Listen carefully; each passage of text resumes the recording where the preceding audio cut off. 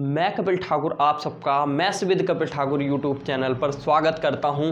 तो आइए आज हम देखेंगे परसेंटेज का एक टाइप जिसका नाम है क्षेत्रफल और आयतन पर आधारित प्रश्न। तो चलिए शुरू करते हैं। सवाल दिया है एक आयताकार खेत की लंबाई 20% बढ़ा दी गई तथा चौड़ाई 10% घटा दी गई तो उसके क्षेत्रफल में कितने प्रतिशत का परिवर्तन होगा। तो इन सवालों को हम एक फॉर्मूले की मदद से करेंगे।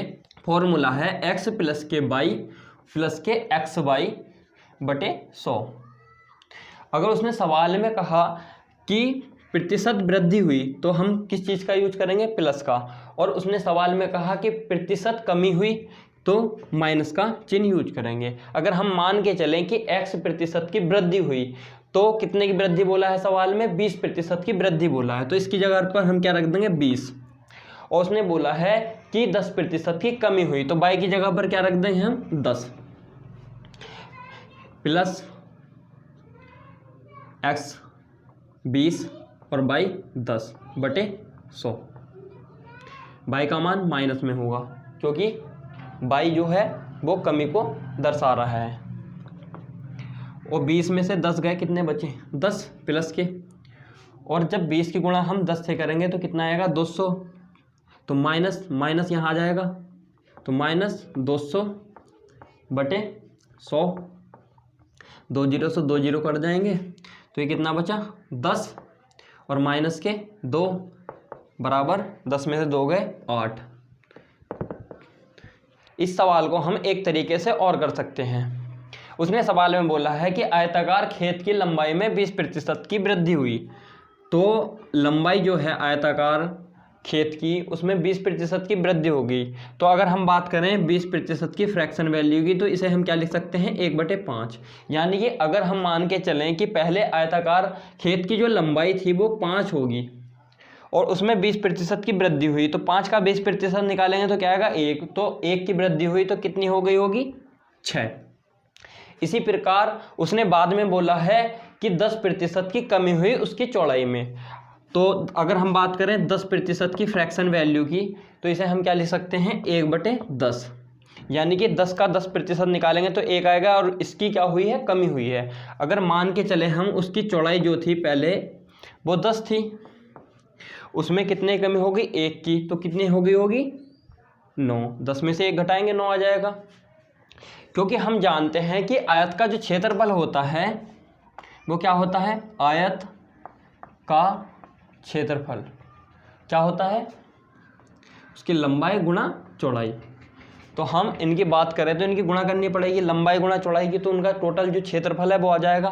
तो 5 ढाई 50, इनकी गुणा कर लेंगे 5 ढाई 50, इनकी गुणा करेंगे 6 नम 54।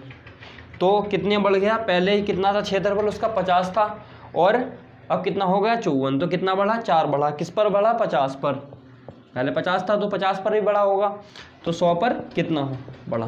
तो 50 से इसे काट देंगे 50 दूनी 100 और 4 की गुणा जब 2 से करेंगे तो क्या आएगा 8%। और यही हमारे इस सवाल का आंसर है। आइए एक और अगला सवाल देखते हैं। सवाल में दिया है यदि आयत की लंबाई 33 से ही 1/3% बढ़ जाती है और चौड़ाई 16 से ही 2/3% कम हो जाती है तो उसके क्षेत्रफल में कितना परिवर्तन होगा।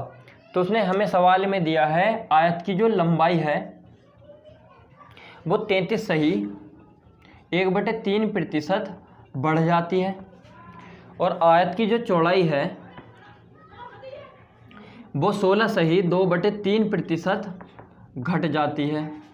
अगर हम बात करें 33 से ही 1/3% की फ्रैक्शन वैल्यू की तो इसे हम लिख सकते हैं 1/3। यानी कि अगर उसकी हम मान के चलते हैं कि पहले जो आयत की लंबाई थी वो कितनी थी 3 थी, बाद में 33 से ही 1/3% यानी कि 1, अगर 3 का 33 से ही 1/3% निकालते हैं तो क्या आएगा 1 और ये बढ़ जाती है तो इसे बढ़ा दो, 3 में 1 जोड़ेंगे तो कितनी हो गई 4। अगर बात करें हम आयत की चौड़ाई की तो चौड़ाई कितनी 16 से ही 2/3% घट जाती है। तो इसकी अगर हम फ्रैक्शन वैल्यू लिखें तो क्या होगी इसकी 1/6। तो 6 का 16 से ही 2/3% निकालेंगे तो क्या आएगा 1, और 1 क्या है घट जाती है, तो पहले कितनी होगी उसकी चौड़ाई 6 होगी, और बाद में जब 1 घट गई तो कितनी बची 5। अगर हम बात करें आयत के क्षेत्रफल की, तो क्षेत्रफल होता है लंबाई गुणा चौड़ाई, तो क्षेत्रफल निकाल लेंगे तो लंबाई गुणा चौड़ाई करने के लिए हमें इनके आपस में गुणा करनी पड़ेगी, तो 3 छंग 18, तो ये आयत का पहले क्षेत्रफल था, 4 पंजे 20, ये बाद में क्षेत्रफल हो गया। तो कितना बढ़ गया 2 बढ़ गया, किस पर बढ़ गया 18 पर, क्योंकि 18 था शुरुआत में, 20 हो गया 2 बढ़ गया, तो 18 पर जब 2 बढ़ा तो 100 पर कितना होगा, क्योंकि हमें प्रतिशत में फाइंड करना है इसे, तो 2 से इसे काट देंगे, 2 9 18, 9 से इसे डिवाइड करेंगे तो क्या आएगा 11 से ही 1/9% इसकी वृद्धि हुई। अगला जो सवाल है यह इसी टाइप का एक और सवाल है, और इसका आंसर जो है आपको कमेंट बॉक्स में करना है। आइए आयतन पर आधारित एक सवाल और देखते हैं। सवाल में दिया है एक हॉल की लंबाई, चौड़ाई और ऊंचाई क्रम से 10%, 20% और 10% घटाई गई। हॉल के आयतन में कितने प्रतिशत का परिवर्तन आया? तो हमें सवाल में दिया है हॉल की लंबाई, सवाल में उसने हॉल की लंबाई का जिक्र किया है, चौड़ाई का किया है और ऊंचाई का किया है। उसने सवाल में बोला है कि हॉल की लंबाई कितने प्रतिशत, 10% घटाई गई, हॉल की चौड़ाई कितने प्रतिशत घटाई गई, 20% घटाई गई, और हॉल की जो ऊंचाई है वो कितने प्रतिशत घटाई गई, 10% घटाई गई। उसने सवाल में पूछा है कि उसके आयतन में कुल कितना परिवर्तन आया। तो हमें पता है 10% की फ्रैक्शन वैल्यू का, हम 10% को क्या लिख सकते हैं 1/10। इसी प्रकार हम 20% को क्या लिख सकते हैं, 20% को लिख सकते हैं 1/5, और इसी प्रकार हम 10% को तो लिख ही सकते हैं 1/10। तो उसने बोला है कि लंबाई 10% घटाएगी, यानी कि अगर हम मान के चलें कि पहले लंबाई 10 थी, बाद में कितनी हो गई 1 घट गई, तो कितनी रह गई 9। इसी प्रकार उसने बोला चौड़ाई 20% घटाएगी, यानी कि अगर हम मान के चलें चौड़ाई 5 थी तो 1 उस पर घट गई, तो चौड़ाई 5 थी 1 घटा दी गई, यानी कि 5 का 20% क्या आएगा 1, और ये घटा दिया गया, तो 5 थी तो कितनी हो गई 4। इसी प्रकार उसने बोला सवाल में कि ऊंचाई जो है उसकी 10% घटाएगी, यानी कि 10 पहले थी और बाद में कितनी होगी 1 घटाकर 9। ठीक है, अब उसके हम आयतन की बात करें तो इनकी गुणा करनी पड़ेगी।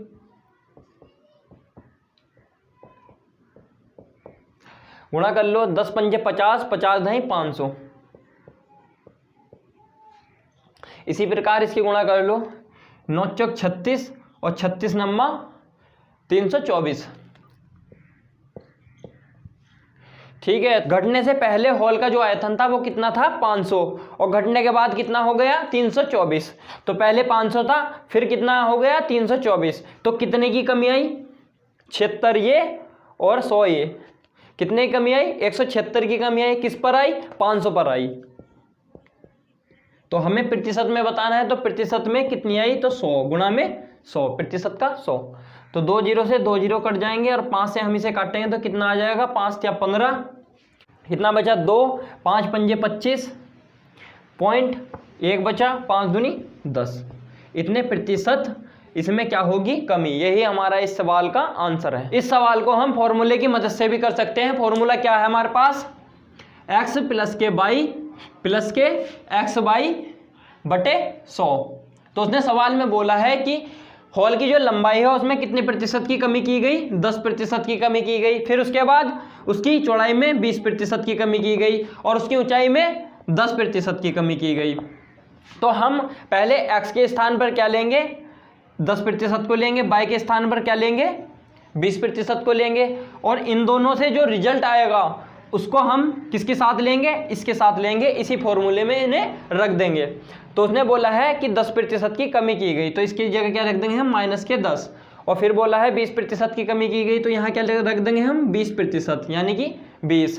तो फिर यहाँ प्लस आएगा -10 गुणा -20 और ये बटे में 100। 20 और 10 को जोड़ेंगे तो क्या आएगा -30, और जब माइनस की और माइनस की गुणा करेंगे तो प्लस हो जाएगा। तो 20 की गुणा 10 से करेंगे तो कितना आएगा 200 बटे में 100, तो 100 से ये कट जाएगा 2 जीरो, तो कितना आ गया -30 में से प्लस के 2 जाएंगे तो कितना बचेगा -28। तो पहले और दूसरे से मिलकर कितना रिजल्ट आया -28% की कमी हुई। अब 28% को किस में लेंगे हम, किसके साथ लेंगे, 28% को हम लेंगे 10% के साथ। तो फिर इसी फॉर्मूले में रख दो x प्लस के x बाई बटे 100, इसी फॉर्मूले में इसे रख देंगे, इसी फॉर्मूले में हम इसे रख देंगे। तो -28 इतने प्रतिशत की कमी हुई, फिर उसके बाद कितने 10% की कमी हुई, 10 रख देंगे, फिर एक्स वाई यानी कि -28 और गुणा -10 बटे 100, 1 जीरो से 1 जीरो कट जाएगा, और जब माइनस और माइनस की गुणा होगी तो क्या होगा प्लस हो जाएगा यहाँ। तो -28 और -10 कितने होते हैं -38, और ये प्लस का आ जाएगा माइनस माइनस प्लस, और 10 से इसे भाग देंगे 28 को तो क्या आएगा 2.8, और जब 38 में से हम 2.8 घटाएंगे तो क्या आएगा 35.2%। यही हमारे इस सवाल का आंसर होगा फॉर्मूले की मदद से। आइए एक और अगला सवाल देखते हैं। सवाल में दिया है एक निश्चित माप के प्रस्तावित कमरे की लंबाई को 10% घटाया गया, चौड़ाई को 20% घटाया गया, जबकि उसकी ऊंचाई को 5% बढ़ाया गया। इस प्रकार कमरे के आयतन में कितना परिवर्तन होगा। तो हमारे पास सवाल में क्या है, कमरे की लंबाई को कितने प्रतिशत घटाया गया 10%, कमरे की चौड़ाई को कितना घटाया गया 20%, जबकि उसकी ऊंचाई को कितना बढ़ाया गया, ऊंचाई को 5% बढ़ाया गया। अगर हम बात करें 10% की फ्रैक्शन वैल्यू की, तो हम 10% को क्या लिख सकते हैं, 10% को क्या लिख सकते हैं 1/10। तो यानी कि अगर उसकी लंबाई जो शुरुआत में 10 थी तो 10 का 10% यानी कि 1, तो 1 घट गई, यानी कि पहले उसकी लंबाई को अगर हम मान के चलें कि 10 थी तो उस पर 1 घट गई, तो कितनी रह गई बाद में 9 रह गई। इसी प्रकार 20% की फ्रैक्शन वैल्यू क्या है, 20% की फ्रैक्शन वैल्यू को हम क्या लिख सकते हैं 1/5, यानी कि अगर पहले जो उसकी वैल्यू कितनी थी 5 थी, तो उस 5 का 20% यानी 1, ये क्या हुआ घट गया। तो 5 था पहले और 1 घट गया तो कितना बचा 4। इसी प्रकार अगर हम बात करें 5% की फ्रैक्शन वैल्यू की, तो इसे लिख सकते हैं 1/20, यानी पहले फ्रैक्शन वैल्यू क्या थी 20 थी, और 20 का 5% यानी कि 1, और ये बढ़ गया। तो पहले कितनी थी 20, अगर हम मान के चलते हैं पहले कितनी थी इसकी ऊंचाई 20 थी कमरे की, और बाद में कितनी बढ़ गई 1 बढ़ गई, क्योंकि 20 का 5% कितना होता है 1, तो 1 बढ़ेगी तो कितना हो जाएगा 21। अगर हम इसके आयतन की बात करें तो इनकी गुणा कर लेते हैं, इनकी गुणा हो जाएगी, और ये पहले वाला आयतन था और ये बाद वाला आयतन। अगर इसकी हम गुणा करते हैं 10 पंजे 50, 50 की गुणा 20 से करेंगे तो क्या आएगा 1000 आएगा। इसी प्रकार हम 9 चौक 36 और 36 की गुणा 21 में करेंगे तो क्या आएगा 756। तो पहले आयतन क्या था कमरे का 1000 था, बाद में घटने के बाद कितना हो गया 756, तो कितने का अंतर आया 44 इसमें से और 200 इसमें से, 244। कितना आया अंतर 244, कितने पर आया 1000 पर, क्योंकि शुरू में जो आयतन था कमरे का वो क्या था 1000। तो 100 पर कितना होगा, क्योंकि हमें प्रतिशत में फाइंड करना है तो 100 पर हमें निकालना होगा। तो 2 से 2 जीरो कट जाएंगे, अगर 10 से हम जब इसे भाग देंगे तो क्या आएगा आंसर, 1 अंक के बाद दशमलव लग जाएगी क्योंकि 10 से भाग देंगे, तो आएगा हमारा आंसर 24.4%। अगला जो सवाल है वो सेम इसी टाइप का सवाल है जो कि आपको सॉल्व करना है और इसका आंसर जो है कमेंट बॉक्स में देना है।